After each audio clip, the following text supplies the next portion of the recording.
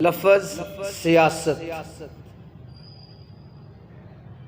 یہ یونانی زبان سے عربی زبان میں داخل ہوا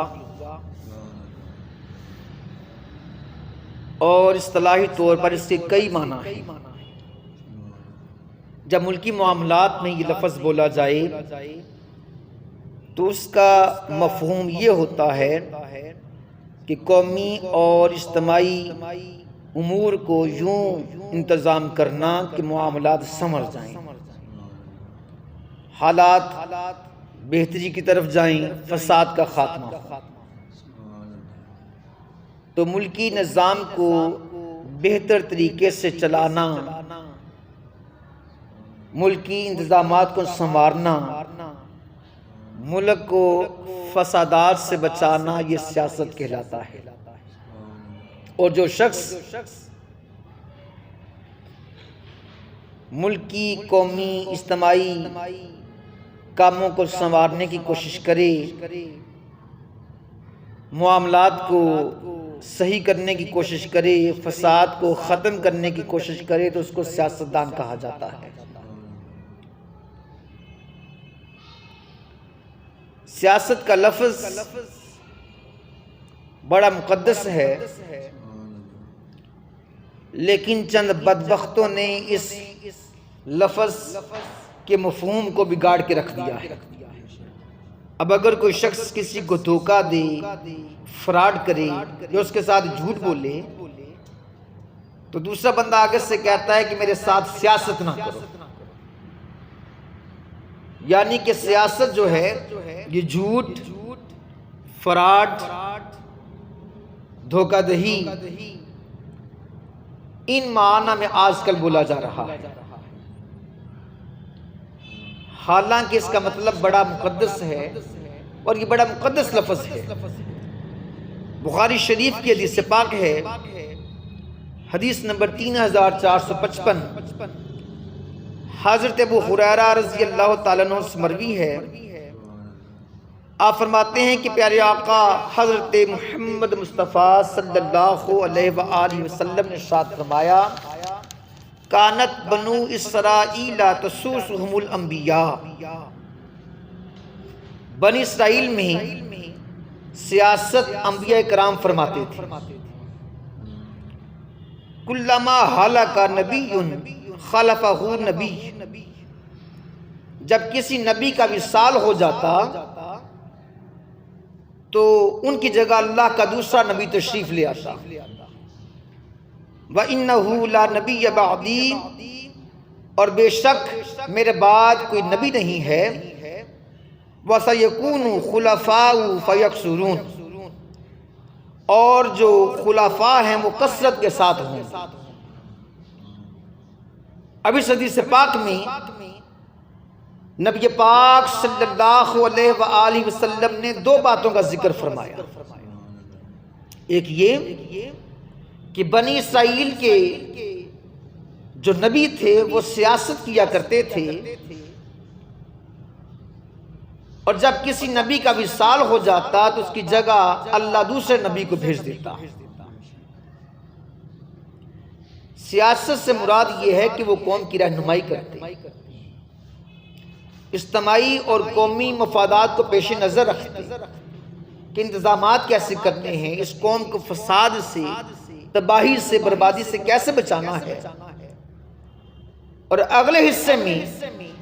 میرے آقا صلی اللہ علیہ وآلہ وسلم نے اپنی ختم نبوت کا ذکر فرمایا کہ پہلے نبی جب سیاست کرتے تھے، اگر کوئی نبی انتقال کر جاتا تو اس کی جگہ پر اللہ کا دوسرا نبی تشریف لے آتا۔ پھر میرے آقا نے فرمایا کہ میرے بعد کوئی نبی نہیں ہے، البتہ میرے بعد جو خلفاء ہوں گے وہ کثیر تعداد میں ہوں گے۔ اب دیکھیں گے سیاست کا کتنا مقدس لفظ ہے جو پیارے آقا صلی اللہ علیہ وآلہ وسلم نے انبیاء کے لیے بولا۔ نبی پاک صلی اللہ علیہ وآلہ وسلم کے وصال کے بعد اسلامی سیاست کو حضرت ابوبکر صدیق رضی اللہ تعالیٰ عنہ نے سنبھالا۔ انہوں نے شکوک و شبہات بھی دور کیے، آپ نے فتنوں کا، فساد کا بھی خاتمہ کیا، آپ نے نبوت کا دعویٰ کرنے والے مسلمہ قذاب کی بھی سرکوبی کی، اور ریاست مدینہ کی سرحدوں کو وسیع کرنے کا بھی آپ نے اہتمام فرمایا۔ تو نبی پاک صلی اللہ علیہ وآلہ وسلم کے بعد آپ کے خلفاء نے اسلامی سیاست کو سنبھالے رکھا اور ملک و قوم کے مفاد کے لیے آپ نے اہتمام فرمایا۔ تاریخ کے مطالعہ سے پتہ ہوتا ہے کہ جس حکمران نے سیاست و حکومت کو دین کے تابع رکھا، یعنی حکومت کو دین کے تابع چلایا، دین کو مد نظر رکھتے ہوئے سیاست کی، قرآن مجید فرقان حمید کے اصولوں کو اپنایا، حضور نبی پاک صلی اللہ علیہ وآلہ وسلم کی سیرت طیبہ کو اسوہ بنایا، تو اس کی سیاست سے اسلام کو بھی عروج ملا اور رعایا بھی خوشحال ہوئی۔ اس کے برعکس جنہوں نے دین کو ایک طرف رکھ کر حکومت کی، سیاست کی، وہ خود بھی تباہ و برباد ہوئے، انہوں نے رعایا کو بھی تباہ و برباد کیا اور فسادات انہوں نے برپا کیے۔ اور جو لوگ حکومت کے لالچ کے لیے سیاست کرتے ہیں کہ ہمیں حکومت مل جائے، اپنے مفادات کے لیے سیاست کرتے ہیں، اس کے لیے نبی پاک صلی اللہ علیہ وآلہ وسلم نے سخت وعید فرمائی ہے۔ بخاری شریف کی حدیث پاک ہے، حدیث نمبر 7148، حضرت ابو ہریرہ رضی اللہ تعالیٰ عنہ سے مروی ہے کہ مدینے کے تاجدار صلی اللہ علیہ وآلہ وسلم نے ارشاد فرمایا، انکم ستحرسون علی الامارہ وستکون ندامۃ یوم القیامہ، ان قریب تم حکومت کے لالچی بن جاؤ گے اور یہ قیامت کے دن شرمندگی کا باعث ہوگا۔ اب دیکھیں فی زمانہ کیا ہو رہا ہے کہ حکومت کے لالچ کے لیے کوششیں کی جا رہی ہیں، یہ جوڑ توڑ، یہ لوگوں کے ساتھ میٹنگز، یہ سیاستدان ان کاموں میں لگے ہوئے ہیں کہ کاش ہمیں کسی طریقے سے اقتدار مل جائے، حکومت مل جائے۔ اور نبی پاک صلی اللہ علیہ وآلہ وسلم نے واضح فرما دیا، جو حکومت کا لالچی بن جائے گا، جو اقتدار کے لیے لالچ کرے گا، قیامت کے دن اللہ کی بارگاہ میں وہ شرمندہ ہوگا۔ ایک اور حدیث پاک میں آتا ہے، مسلم شریف کی حدیث پاک ہے، حدیث نمبر 1825، میرے آقا صلی اللہ علیہ وآلہ وسلم نے ارشاد فرمایا، وَإِنَّهَا يَوْمَ الْقِيَامَةِ خِزْيٌ وَنَدَامَةٌ إِلَّا مَنْ أَخَذَهَا بِحَقِّهَا وَأَدَى الَّذِي عَلَيْهِ فِيهَا۔ حکومت قیامت کے دن عذاب اور رسوائی بن جائے گی، حکومت قیامت کے روز شرمندگی کا باعث بن جائے گی، سوائے اس کے کہ جس نے اس کا حق صحیح طریقے سے ادا کیا اور اس کی ذمہ داریوں کو پورا کیا۔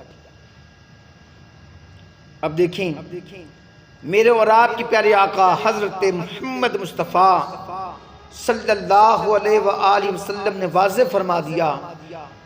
کہ یہ حکومت جس کے لیے تم کوششیں کر رہے ہو کہ کاش میں پرائم منسٹر بن جاؤں، میرا فلاں عزیز جو ہے وہ چیف منسٹر بن جائے، کسی کو وزارت عظمیٰ مل جائے، کسی کو وزارت اعلیٰ مل جائے، کوئی وزیر خارجہ بن جائے، حکومت کے عہدوں کے لیے جو لالچ کریں گے میرے نبی پاک صلی اللہ علیہ وآلہ وسلم نے ارشاد فرما دیا کہ قیامت کے روز اللہ کی بارگاہ میں وہ شرمندہ ہوں گے اگر انہوں نے اس کے حق کو ادا نہ کیا اور اس کی ذمہ داریوں کو پورا نہ کیا تو اللہ کی بارگاہ میں شرمندہ ہوں گے۔ واضح میرے آقا صلی اللہ علیہ وآلہ وسلم نے ارشاد فرما دیا کہ یہ جو حکومتیں حکمرانیاں ہیں یہ بروز قیامت اور رسوائی کا باعث بنے گی، مگر جو شخص اس حکومت کا اہل تھا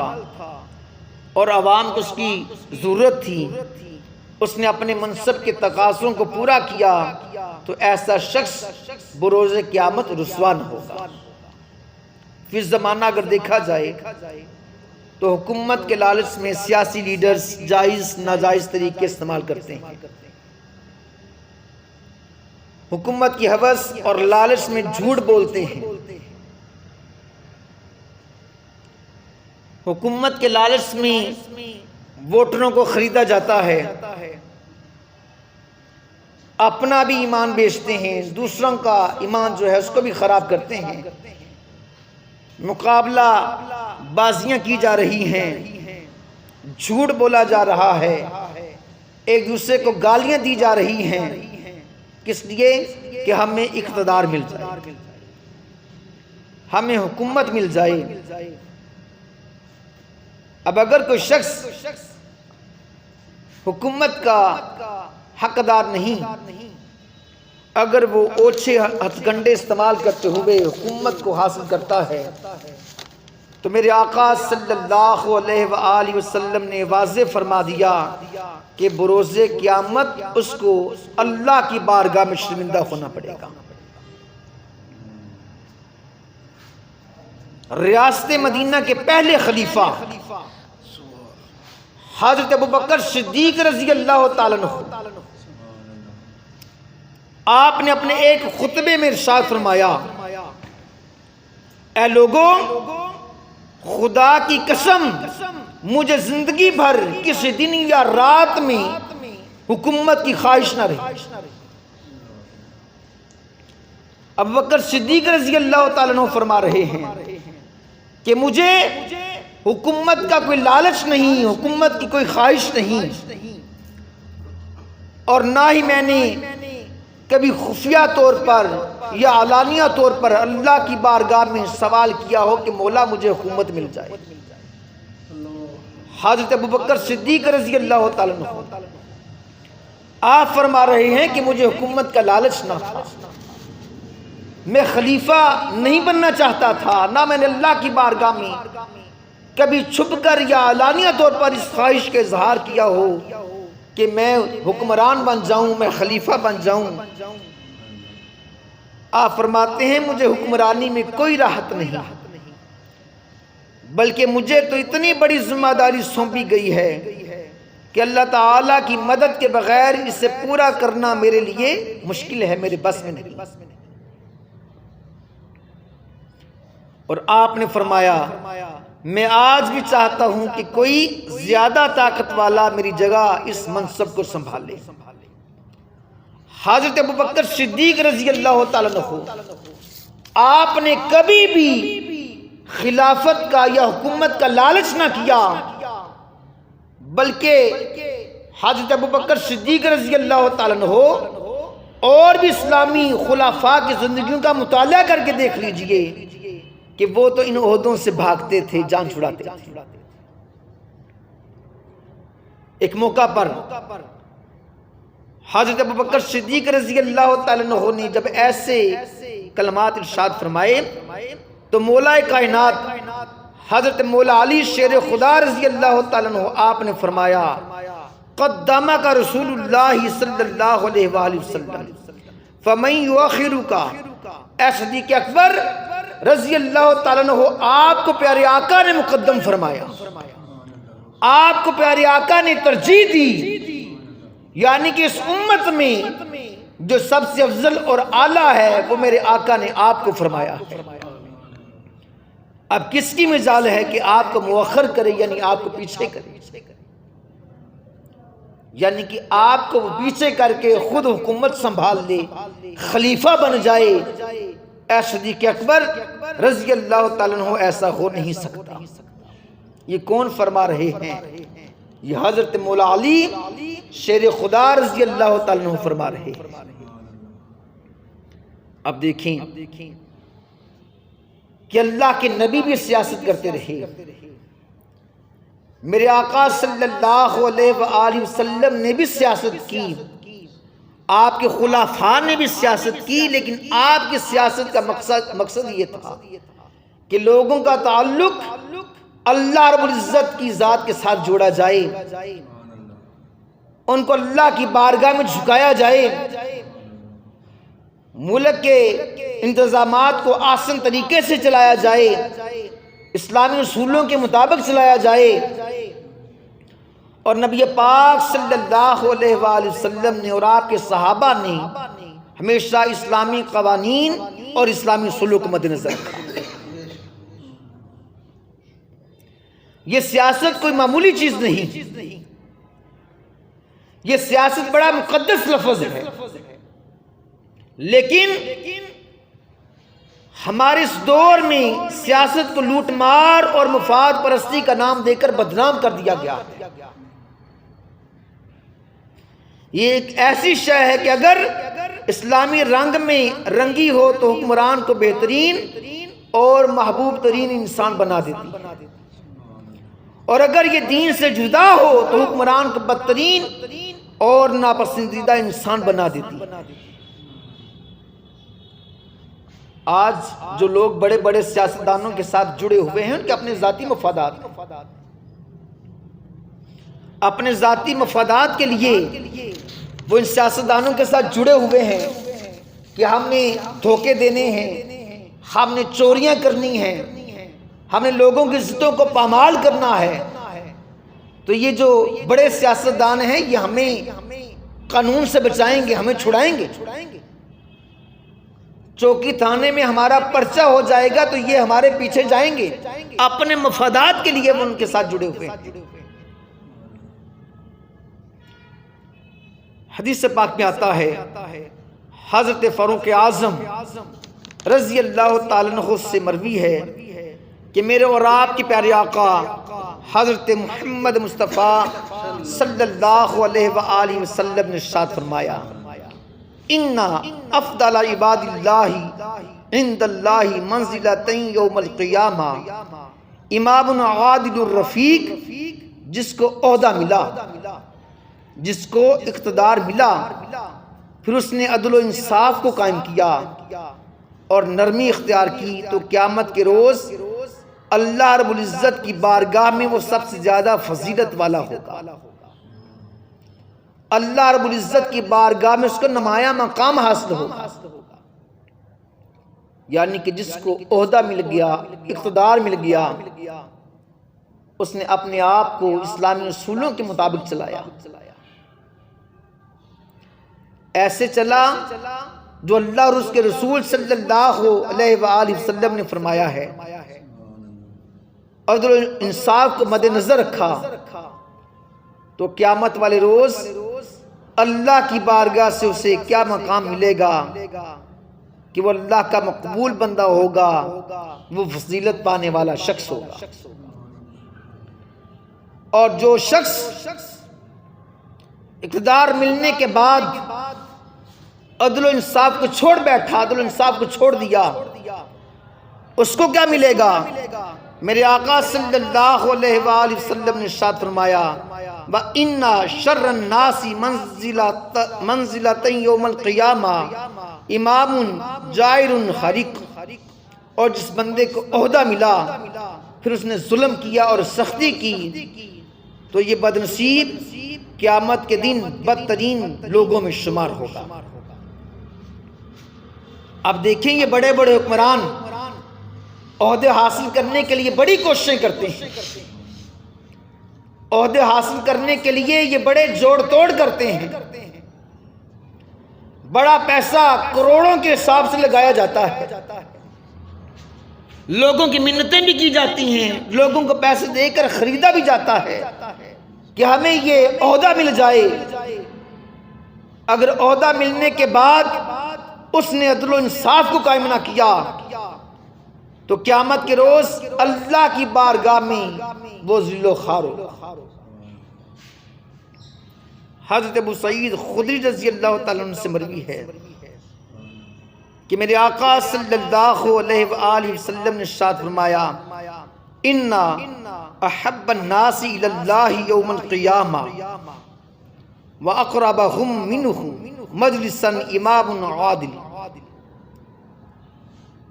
پیارے آقا صلی اللہ علیہ وآلہ وسلم نے ارشاد فرمایا، قیامت کے روز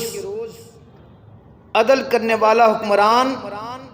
اللہ رب العزت کو سب سے زیادہ پیارا ہوگا، اور وہ اللہ رب العزت کے بہت قریب ہوگا۔ اب یہ خوشخبری کس کے لیے ہے؟ جو عدل کرنے والا حکمران ہے، کہ بروز قیامت وہ اللہ رب العزت کو پیارا بھی ہوگا اور اللہ رب العزت کے قریب بھی ہوگا۔ وَإِنَّا أَبْغَضَ النَّاسِ إِلَى اللَّهِ يَوْمَ الْقِيَامَةِ وَأَشَدَّهُمْ عَذَابًا إِمَامٌ جَائِرٌ۔ جبکہ ظلم کرنے والا حکمران اللہ رب العزت کو سب سے زیادہ ناپسند ہوگا اور وہ شدید ترین عذاب میں بھی مبتلا ہوگا۔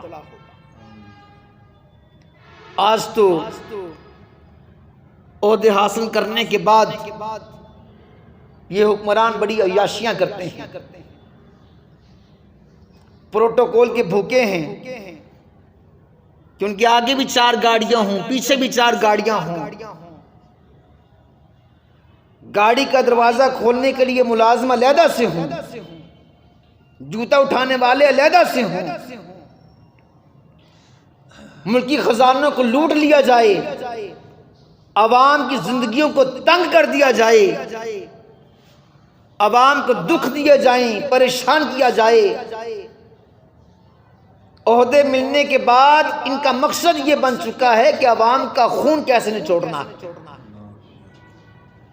عوام کو تنگ کیسے کرنا ہے۔ اللہ رب العزت کی لاٹھی بڑی بے آواز ہے، آج لوگوں پر ظلم و ستم کر رہے ہو، یاد رکھو جب قیامت والے روز اللہ رب العزت کی بارگاہ میں پیش ہوگے، اللہ کی بارگاہ میں جب جاؤ گے، اگر تم ظلم کرنے والے ہو، عوام کو تنگ کرنے والے ہو،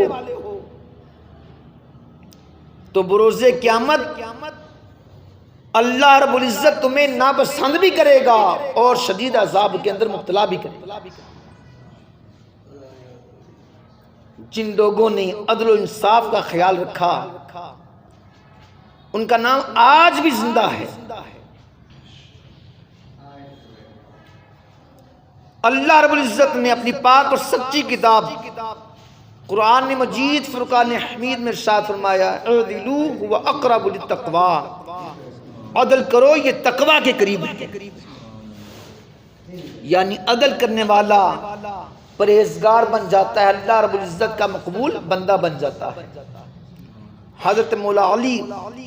شیر خدا رضی اللہ تعالیٰ عنہ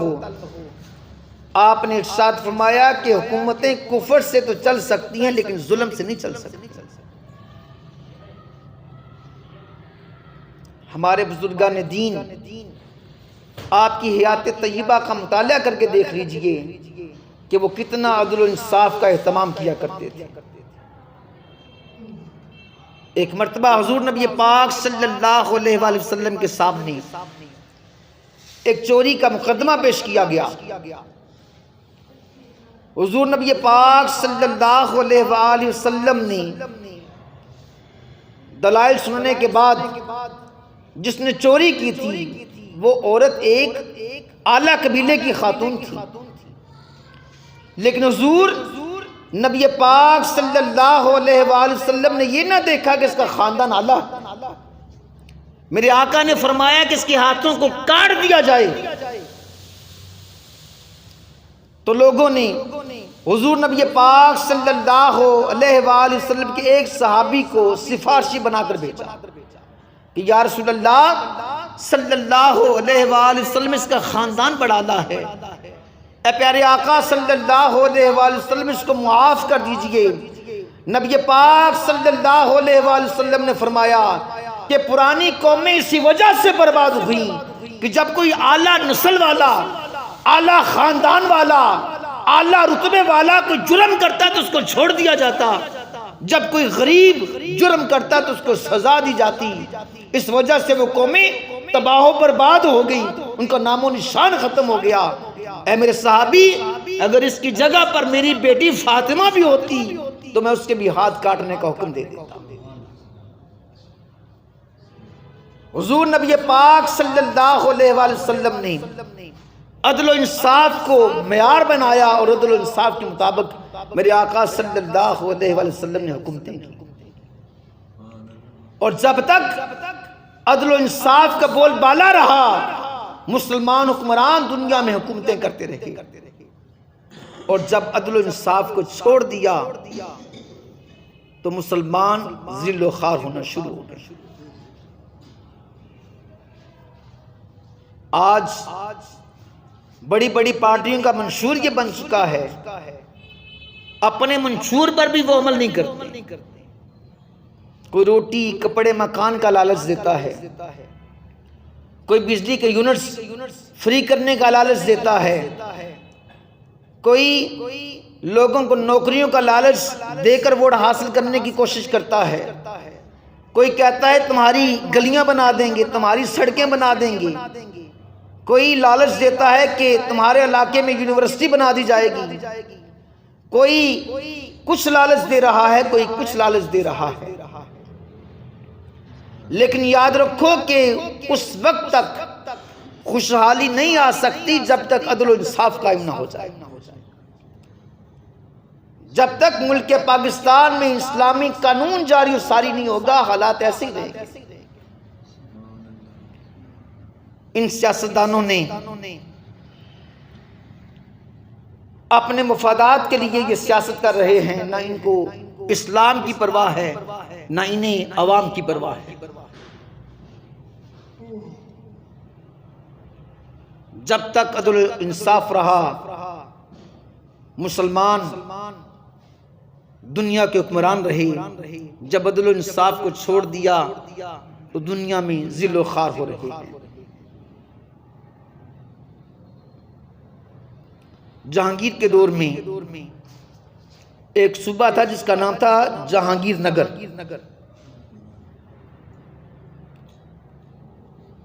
تو اس صوبے میں شہر کے اندر جو ہیوی ٹریفک تھی اس کو لانا منع تھا کہ ہیوی ٹریفک نہیں آ سکتی، اور اس دور کے مطابق جو ہیوی ٹریفک تھی وہ ہاتھی تھے، تو شہر کے اندر ہاتھی کو لانا منع تھا کہ رش ہے، کہیں کوئی ہاتھی کے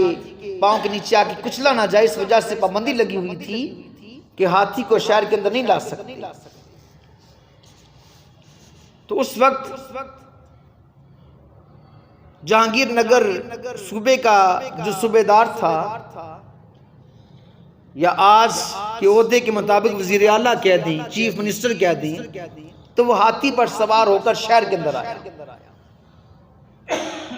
تو ایک بوڑھا آدمی تھا، اس کا بیٹا اس ہاتھی کے پاؤں کے نیچے کچلا گیا اور وہ مر گیا۔ اس نے آ کر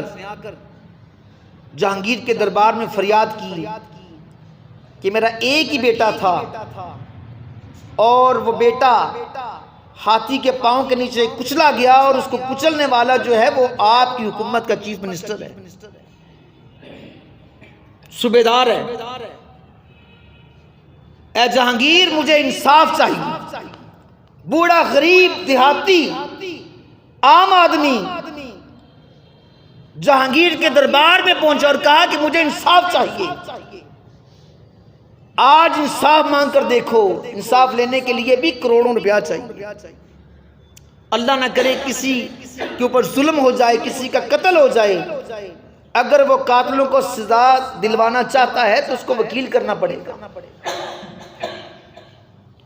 وہ وکیل بھی اس کی جو ہے وہ کھال اتارے گا۔ تھانے میں جائے گا، وہاں پر بھی اس کی کھال اتاری جائے گی، کچہریوں کے چکر لگائے گا، وہاں پر بھی کھال اتاری جائے گی، کچہری کے اندر قدم بھی رکھے گا، وہاں پر جو عام لوگ کھڑے ہوتے ہیں جو سرکاری،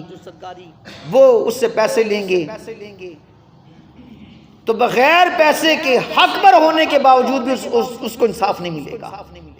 جب تک انصاف نہیں اور ہم کہتے ہیں خوشحالی آ جائے، کیسے ہو سکتا ہے؟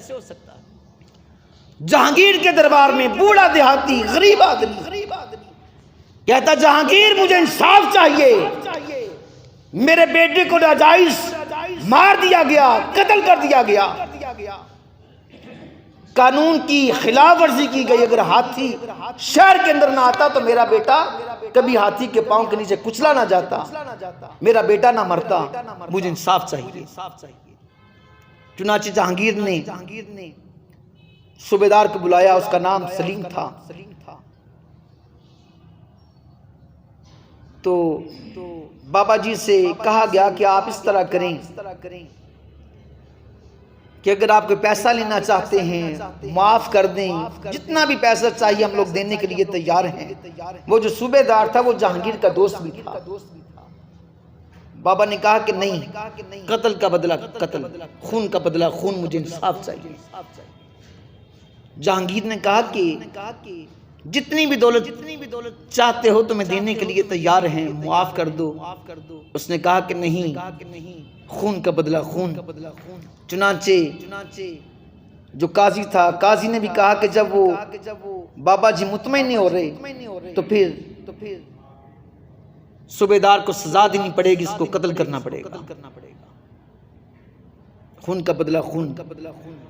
دینا پڑے گا۔ چنانچہ شہر میں اسی طرح کا منظر بنایا گیا۔ جہانگیر کا جو صوبیدار تھا وہ شہر کے اندر کھڑا ہے، ہاتھی کو لایا گیا اور ہاتھی کے پاؤں کے نیچے اس چیف منسٹر کو، صوبیدار کو کچلا گیا۔ ساری دنیا نے دیکھا کہ جو صوبیدار ہے، جو چیف منسٹر ہے، اس کو کچلا گیا ہے۔ جب ہاتھی کے پاؤں کے نیچے سے کچلا گیا، جہانگیر اپنے تخت پر بیٹھا ہوا تھا۔ جہانگیر کا وہ دوست بھی تھا، آنکھوں سے آنسو جاری ہو گئے کہ میرا بڑا پیارا دوست ہے، ہاتھی اپنے پاؤں کے نیچے میرے دوست کو کچل رہا ہے۔ جب ہاتھی کچل رہا تھا، جہانگیر کی آنکھوں سے آنسو جاری تھے۔ جب ہاتھی اس کو کچلنے کے بعد پیچھے ہٹا تو جہانگیر اپنے تخت سے نیچے اترا، اپنے دوست کے پاس گیا، اپنے دوست کے سر کو اپنی گود میں رکھا، اس کی زلفوں کو سنوارا، مٹی کو ہٹایا، پیار کیا اور کہا کہ میرے دوست مجھے معاف کر دینا، کہ میرا تو دوست ہے لیکن تو انصاف کا دوست نہیں۔ یہ تھا انصاف۔ آج ہر جگہ پر ظلم و ستم، ہر کوئی بندہ، چھوٹے سے چھوٹے ملازم سے لے کر بڑے سے بڑا آفیسر، جتنے بھی ملازمین ہیں، آٹے میں نمک کے برابر لوگ ہوں گے جو اپنی ڈیوٹی ایمانداری کے ساتھ سر انجام دیتے ہیں۔ ہر کوئی بندہ دوسرے کو لوٹنے کی کوشش کر رہا ہے۔ کوئی بھی ڈپارٹمنٹ پاکستان کا ایسا دکھا دیجئے جس میں لوگ ایمانداری کے ساتھ اپنا کام سر انجام دے رہے، کوئی بھی محکمہ، بندہ اپنے کام کے لیے فائل جمع کروائے گا تو اس نے اگر پیسہ یا رشوت نہیں دی تو اس میں آبجیکشنز لگائے جائیں گے، اعتراضات لگائے جائیں گے کہ اس کے ساتھ یہ کاغذ نہیں ہے، وہ کاغذ نہیں ہے، ایسے ہے ویسے ہے۔ جب وہ بندہ اس کو پیسے دے گا تو اس کا کام فوراً کر دیا جائے گا۔ رشوت خوری کا بازار گرم ہو چکا ہے۔ نبی پاک صلی اللہ علیہ وآلہ وسلم نے فرمایا